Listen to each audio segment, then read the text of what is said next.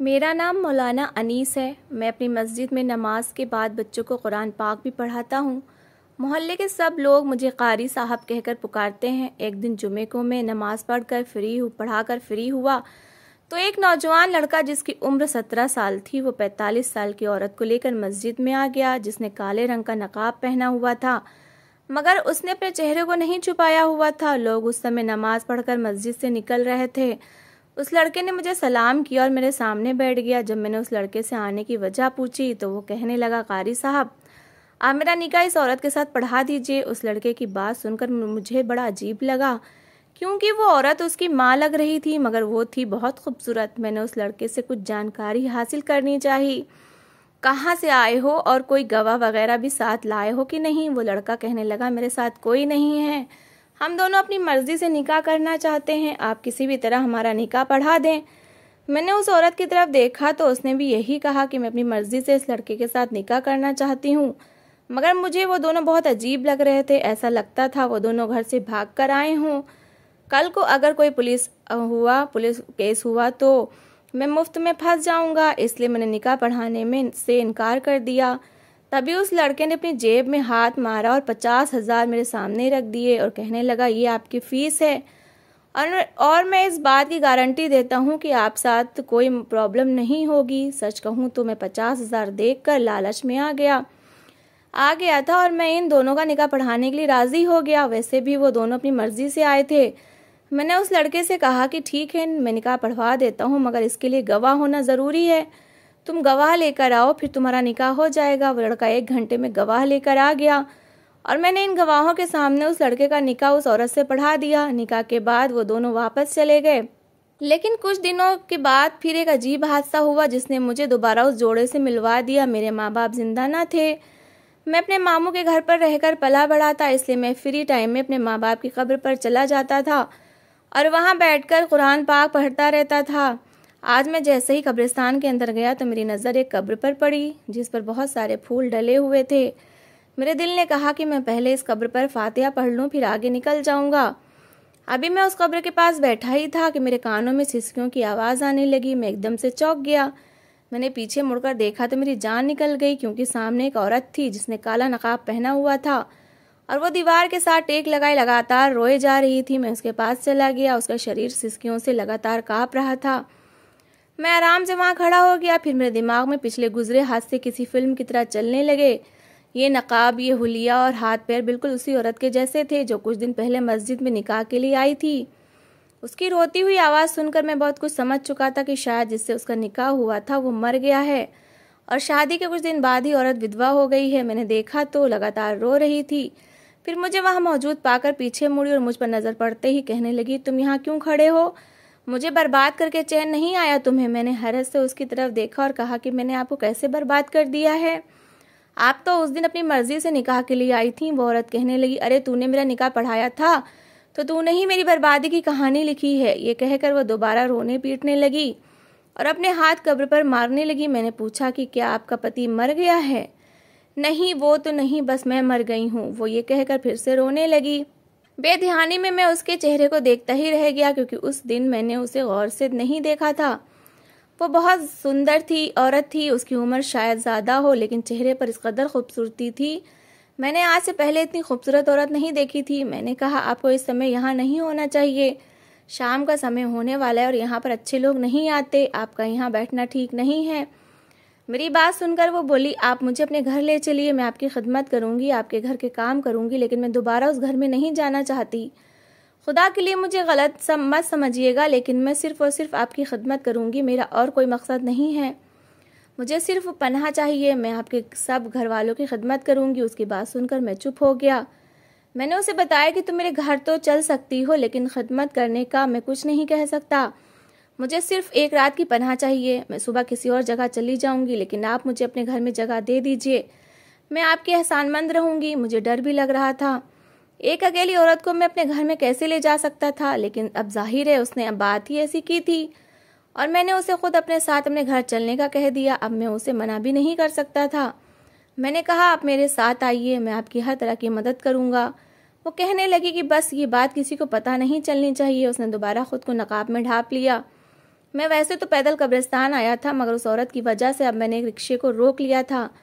हम दोनों उसमें बैठ गए। थोड़ी ही देर के बाद मेरा घर आने वाला था। मेरे दिल में हज़ारों सवालात थे कि मैंने आखिर इस औरत की बर्बादी कैसे की। इसने तो खुद निकाह करने को कहा था और अब रो रही है। पता नहीं किसकी कब्र पर बैठी मातम कर रही थी, लेकिन इसमें मेरा क्या कसूर है? अगर इसका पति मर गया है तो इसमें मेरा कोई कसूर तो नहीं है। मैं ये बातें सोच ही रहा था कि उस औरत ने मुझे हैरान कर दिया। कहने लगी कि मेरा पति शायद मुझे ढूंढता हुआ आपके पास आएगा, लेकिन खुदा का वास्ता आप उसे मेरे बारे में कुछ मत बताइएगा। अगर आप मुझे अपने घर में नहीं रखना चाहते तो मैं कहीं और चली जाऊंगी, पर मैं दोबारा उस घर में नहीं जाऊंगी। मैंने बहुत बड़ा गुनाह किया है और उसकी सज़ा मुझे मिल रही है। मैं उसकी बात पर हैरान रह गया और पूछा कि आपने ऐसा क्या किया है? क्या आपको खुदा की तरफ से सज़ा मिल रही है? क्या आपका पति इस शादी से खुश नहीं था? मेरी बात सुनकर वो आंसू पोंछने लगी। फिर रिक्शे वाले की तरफ इशारा करके बोली, नहीं, मैं आपको अभी नहीं बता सकती। आपके घर चलकर मैं आपको सब बताऊंगी। वाकई रिक्शे वाले के सामने इतनी बातें करना ठीक नहीं था।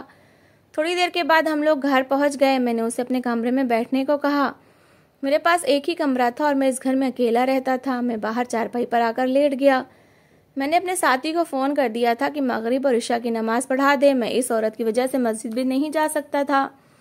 वो औरत मेरा खाली घर देखकर डर गई और कहने लगी, क्या आप इस घर में अकेले रहते हैं और दूसरा कमरा भी नहीं है? मैंने कहा, नहीं, ये एक ही कमरा है, क्योंकि मेरे माँ बाप नहीं हैं और मैं इस घर में अकेला रहता हूँ। बीवी भी नहीं है, बहन भाई भी नहीं है, इस दुनिया में मेरा कोई भी नहीं है, बस एक मैं ही हूँ।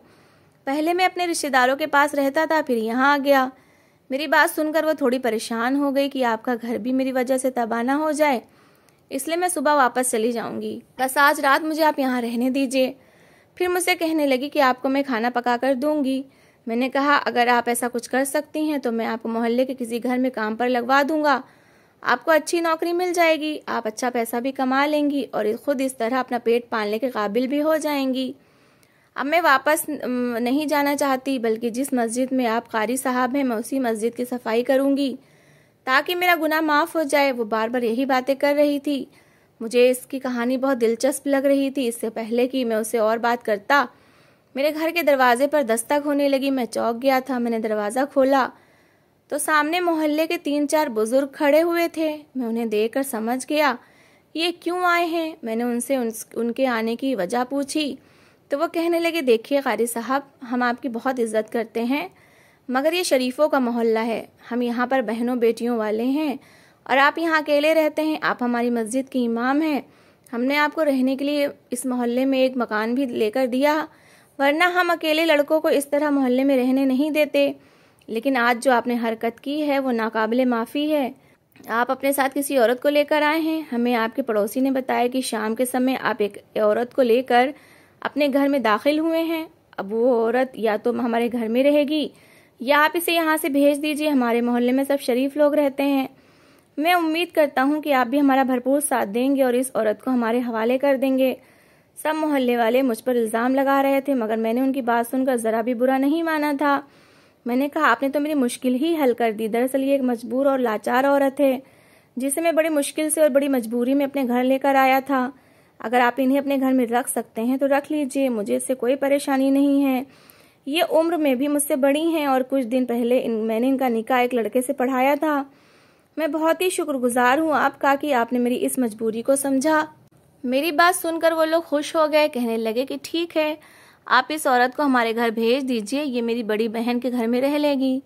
कारी साहब, आप बहुत अच्छे हैं, हम आपकी शराफत के कायल हो गए हैं। ये बात सुनकर मुझे तो कोई परेशानी नहीं थी, लेकिन उस बुजुर्ग ने ये सारी बातें बोलकर उस औरत को परेशान कर दिया था। मैंने जाकर उससे माफ़ी मांगी और कहा कि मोहल्ले वालों की नज़र में ये सब ठीक नहीं है, तुम्हें इन लोगों के साथ जाना होगा। वो बड़ी बेदिली से उठी और उनके साथ चली गई। उसने मुझसे कोई गिला शिकवा नहीं किया था, लेकिन मुझे उसका एहसास था।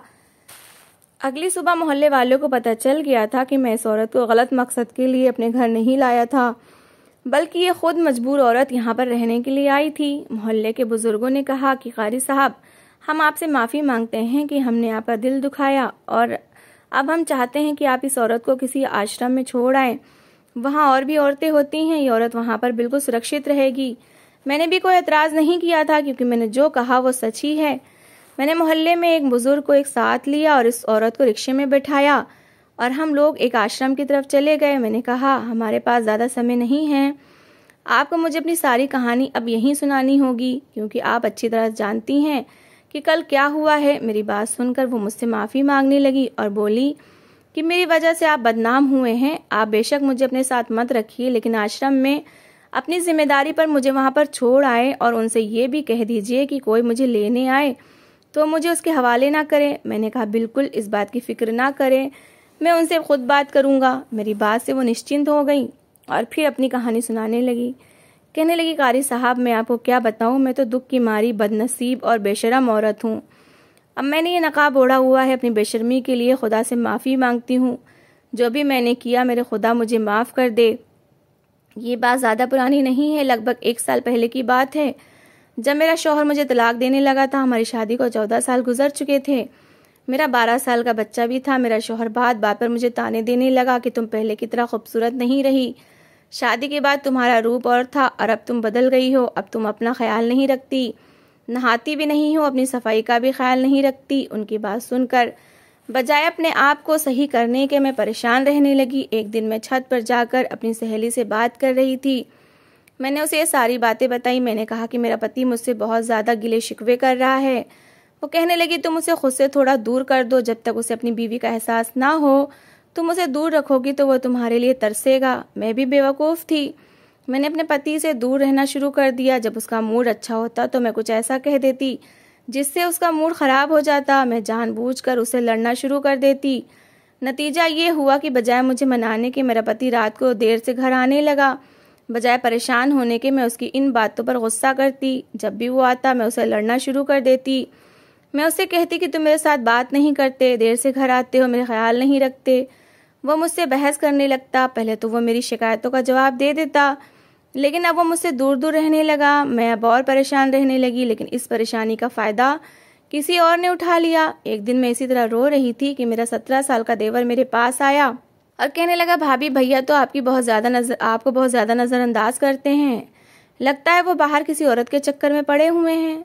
मैंने 2-3 बार उन्हें उसी औरत के साथ देखा है। मैं ये नहीं जानता कि वो उसे बाइक पर बिठाकर कहाँ ले जाते हैं। देवर की बात सुनकर मेरे तो तन बदन में आग लग गई। बजाय मुझे मनाने और मुझसे सुलह करने के वो दूसरी औरतों के चक्कर में पड़ गए थे। कितनी बुरी बात है। मैंने अपने कपड़े उठाए और बेटे को पति के पास छोड़कर अपने मायके चली गई। वहां जाकर मैंने किसी को कुछ नहीं बताया, लेकिन मैंने पति से साफ कह दिया कि अब मैं आपके घर नहीं आऊंगी जब तक आप मुझसे माफ़ी नहीं मांग लेते। वो भी मर्द थे, उन्होंने भी मुझे मनाना तो दूर की बात, मुझसे बात करना भी अच्छा नहीं समझा और इस सब में मेरी ही गलती थी। मेरे पति ने मुझे फ़ोन करना भी छोड़ दिया। तभी एक दिन मेरा देवर मुझे लेने के लिए मायके आया और कहने लगा, भाभी आपको मैं ऐसी ज़बरदस्त स्कीम बताऊंगा। मैं अपने देवर की बात सुनकर खुश हो गई। मुझे लगा वो मेरे पति से मेरी सुलह करवाएगा। वो कहने लगा कि आप भाई इसमें जलन वाली फीलिंग पैदा करें, ऐसा होगा तो वो आपकी कदर करेंगे। आप भैया के सामने मुझसे बातें करें, नए कपड़े पहनकर मेरे कमरे में आ जाएं ताकि भैया को आपकी कमी महसूस हो। देवर की बात सुनकर पहले तो मुझे बुरा लगा, फिर उसने मुझे बताया कि भाभी ऐसा करने से सब सही हो जाएगा। मैंने अपने देवर के कहने पर जो जो उसने कहा मैं करती गई। एक दिन मेरे पति के घर आने का समय था। मैं तैयार होकर अपने देवर के साथ बैठकर चाय पीने लगी। मेरा पति घर आया तो मैंने दरवाज़ा आधा खुला छोड़ दिया ताकि वो अंदर आकर देखे कि हम दोनों आपस में बैठे बातें कर रहे हैं। बस फिर क्या था, मेरे पति ने जब ये मंजर देखा तो आग बबूला हो गया। उसने आकर अपने छोटे भाई को मारने की कोशिश की। दोनों भाइयों में उस वक्त लड़ाई शुरू हो गई। छोटे भाई ने बड़े भाई को इतनी ज़ोर से मारा कि वो मौके पर ही दम तोड़ गया। मैं सारा मंजर देखकर तड़प गई। सोचा नहीं था कि ये हो सकता है। मेरे दिमाग में कुछ नहीं आ रहा था, मेरा दिमाग पूरी तरह ब्लैंक हो गया था। फिर पता नहीं कैसे 4 महीने गुजर गए। वो समय भी गुजर गया जो कि मेरे लिए बहुत तकलीफ दे था। मैंने अपने पति को खो दिया था।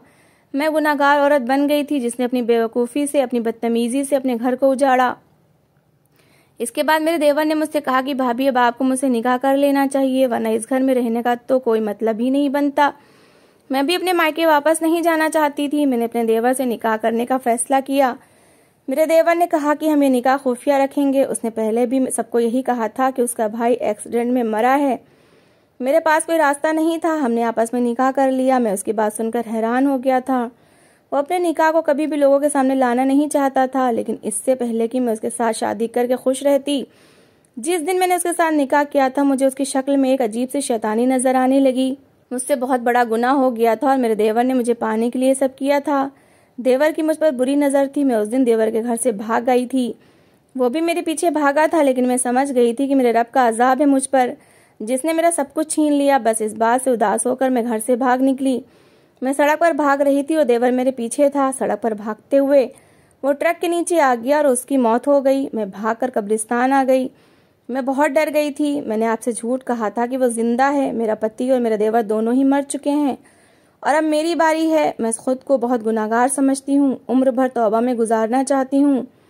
इस औरत की बात सुनकर मैं चुप हो गया। मुझे वो बात याद आने लगी कि इंसान खसारे में है, बेवकूफ़ है और नादान है। वो शैतान की चालों में बड़ी आसानी से आ जाता है। उसने मुझसे एक रिक्वेस्ट और की थी कि मैं उसके बेटे को उसके पास लाकर छोड़ दूं। वो जल्दी में अपना बच्चा भी लेकर नहीं आई थी। पता नहीं उस बच्चे का क्या हाल होगा।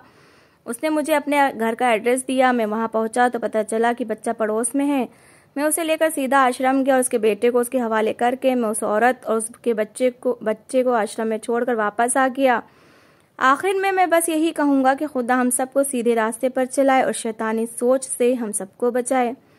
तो दोस्तों, इस कहानी को लेकर आपकी क्या राय है कमेंट बॉक्स में ज़रूर बताएं और अगर कहानी अच्छी लगी हो तो प्लीज़ इसे लाइक करें। अगर आपने हमारे चैनल को अभी तक सब्सक्राइब नहीं किया तो ज़रूर कर लीजिए।